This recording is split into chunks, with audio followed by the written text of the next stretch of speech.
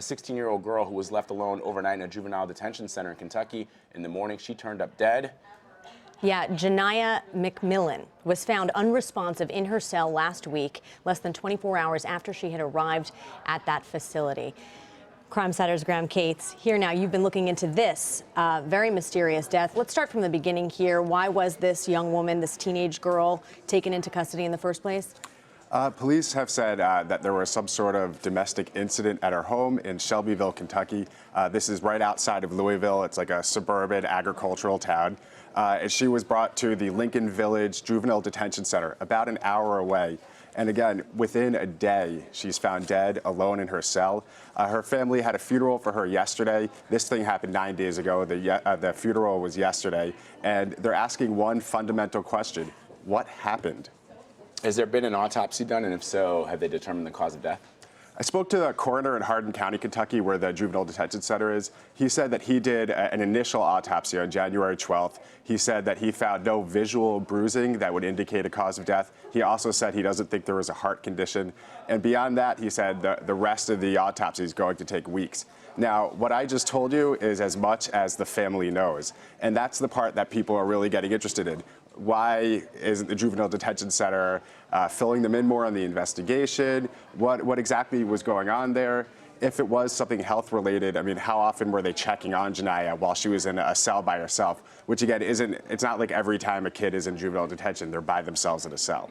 So I know that you've spoken with people who knew Janiyah. What do they say about her, her personality? But also, do we know anything about any potential health conditions that she did have?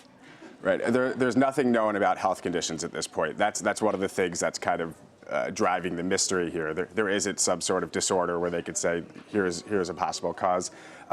People who knew her as a kid described her as a quiet, beautiful person. That's a quote. Someone said she didn't bother anyone. She didn't kick up a fuss. And every single person you talk to says the same thing, which is they're trying to put themselves in the shoes of a mother who has no idea why one day her 16-year-old just died. Graham, clearly for a lot of people who are hearing about this story, they are going to be reminded of Sandra Bland. She was the Texas woman who was pulled over by police in Texas, brought to jail, and several days later she hanged herself. Are the investigators going to face that same kind of scrutiny here? Yeah, and again, it's not the family that's actually saying this is just like Sandra Bland, but it's anyone who's reporting on it. I mean, it's hard to deny the association. She's brought into custody, and then she's dead, and they're not saying why. Authorities have told me they don't suspect that suicide was part of this, so it's not like a mirror case with Sandra Bland. But again, these questions: one, why was she taken in? Two, why? Let's say people weren't checking on her enough. Like, what exactly happened in order for her to be found dead alone in a cell? And these are the things that, again, we're just. I've been calling a lot of state officials and getting a lot of silence. I think that's, the concern, too. When information seems to come out slowly or not come out at all, that raises red flags with people.